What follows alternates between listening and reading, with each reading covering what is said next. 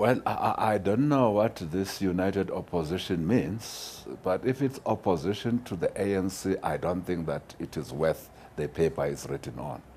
My view is that any opposition should come with solutions to the problems facing our country. Whether it's united or non-united, but united only in name without dealing with the problems that face our people on a day-to-day basis. Problems of water, problems of sanitation. Of course, fundamental to these problems are problems of unemployment, problems of poverty, and problems of inequality. Now, to me, what is most important is policy articulations that deal with these problems. The ANC has come with these policy articulations. At times, because we are governing on behalf of everybody, including the alliance, at times the alliance doesn't even agree with us. But we put something on the table. So to me, opposition for the sake of opposition, to me, doesn't fly. It doesn't gel. Anyone who wants to be on the opposition desks must say to the electorate, these are better options I'm putting on the table. So these terminologies to me, united opposition or non-united opposition, to what? To me, it should be opposition to policies that are not working.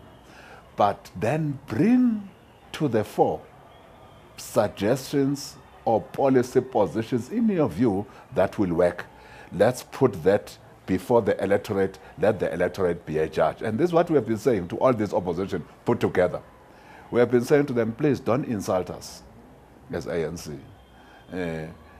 Criticize us by all means. You must be critical, and this is what we're saying to our voters as well. Criticize us and make us a better organization. Because we found this country in 1990, we found the economy terrible, to say the least. It was not moving. It was an economy that certain sectors of the economy were stagnant. Very important sectors of the economy were stagnant. But also, we were not competing on the same footing with the international community. So we seem to have protected ourselves as a country, and therefore protecting ourselves against investment from other countries. Therefore, there was no inflows of investment. So, but we have come a long way. Now we are able to compete with other countries in the economic front. That's why whatever happens in the US affects us as well as a country. How do we participate in a global environment? So those opposition parties must also know that yes, you might be crying foul of what policy positions the ANC puts on the table. How do those policy positions attract these foreign investors that we need so much to deal with unemployment, to deal with poverty, to deal with inequality? So to us, opposition per se is not a problem. In fact, when we came, we said this country belongs to all who live in it, black and white. Then, in terms of political parties, our constitution says you can belong to a political party of your choice. But what is fundamental to the voters? What is that political party articulating to change the status quo of those who are on the receiving end 20 years down the line in our democracy? When I was young, I saw people driving nice cars. We didn't have a car. I saw people having very wonderful big houses. We did not have big houses. But as of course, I also used to work in the farms that were white-owned. As a young person, very young, I said that one day I will also want to own something. At that time, the issues of politics had not occurred in my head.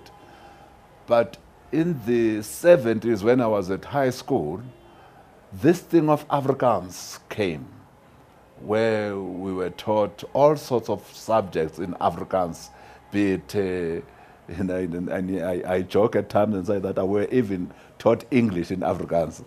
No, with mathematics, geography, all these subjects, very core subjects in Afrikaans, whilst Afrikaans itself was quite a very complicated science.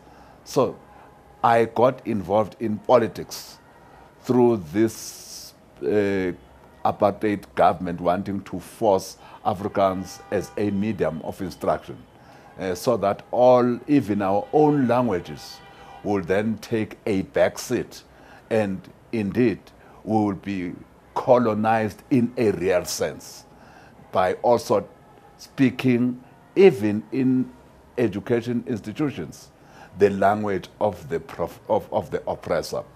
That's how I got involved. I said, no, this can't be on. No, it can't be on.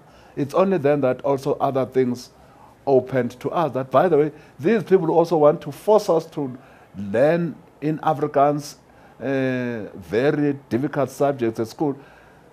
By the way, these people are also governing this country.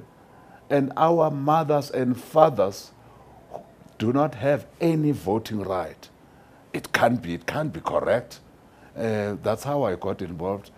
Of course, at the time, those that were at work could also not belong properly to trade unions of their choices.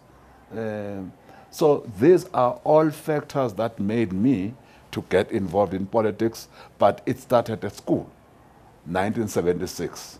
I belong to that generation with Peter Mkaba and many others who were put into the mainstream of politics by the struggle of young people in the education sector.